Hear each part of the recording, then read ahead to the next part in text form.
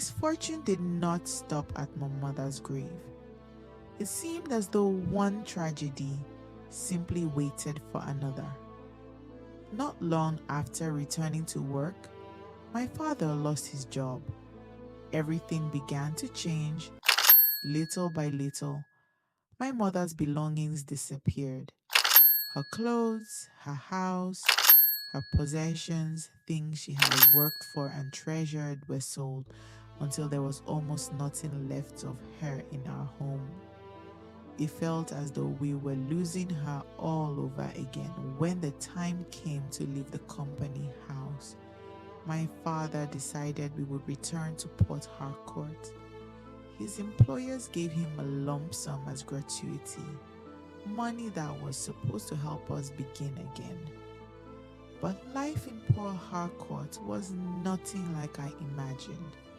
For months, we lived in a hotel. It became our home. People came and went through its doors. But what I remember most were the women who visited my father. They came often. Some stayed for hours. Some came more than once.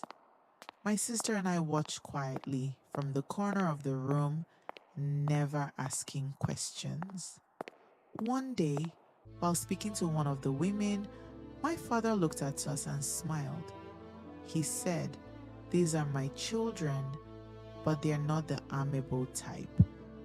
He laughed as though it were a compliment. At the time, I did not fully understand what he meant.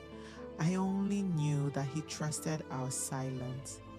As the years passed, I began to understand that silence was the language our home was built upon. We learned not to question. We learned not to complain. We learned not to tell anyone what happened behind closed doors. Outside, people praised him. They spoke of the widower who sacrificed everything to raise his 2 daughters alone. They admired his strength and his devotion. But inside our lives, we carried a different story. We realized that silence protected more than our family. It protected an image. And without knowing it, my sister and I had become part of that image. We were expected to smile, to obey, and to say nothing. Discovering that we had become pawns in a story carefully presented to the world was one of the greatest heartbreaks of our childhood. By then, silence no longer felt like peace. It felt like a prison. They said my father needed space to fix his finances, space to reorganize his life, space to get everything back in order. So once again, we were moved. This time to Lagos, just I and my sister. We arrived that morning at a new house in a busy part of the city. It belonged to one of my father's girlfriends. She was called Mommy Bola. Light-skinned, confident, always speaking like she was already part of our family.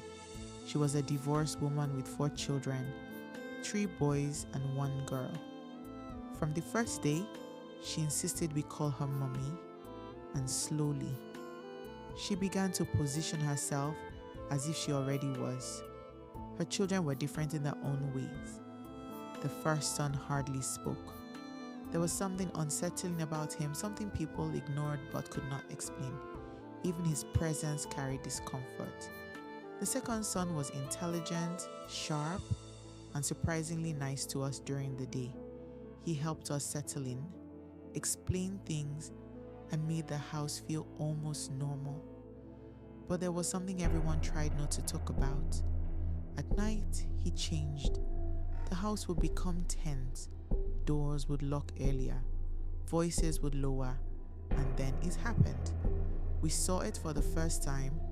He ran through the house in a panic we could not understand, shouting things that did not make sense, chasing everyone into rooms. One night, in fear and confusion, he threw a knife that stuck into a door. After that night, we learned fear had a schedule in that house. He called himself names that did not sound like him anymore, and jokes in ways no one could stop. But the worst part was not him, it was the youngest son. He targeted my sister. At first, we did not understand what was happening. We only knew that whenever he got her alone, something inside me would rise like fire. He would try to pull her into his room, lock doors, refuse to let her out, and I would scream. I would bang on the doors until my hands hurt. I would call for help until my voice broke. Sometimes they let her out, sometimes it took longer than it should have, but I never stopped. Because in that house, we assumed silence was still expected of us, but I could not obey it anymore when it came to her. Strangely, life outside those moments continued normally. We were fed, we were clothed, we were told to be grateful, and the adults called it a home. But we knew something was wrong, and yet we stayed quiet because we had already learned the rule: do not complain, do not expose, do not disrupt the image, just exist and survive.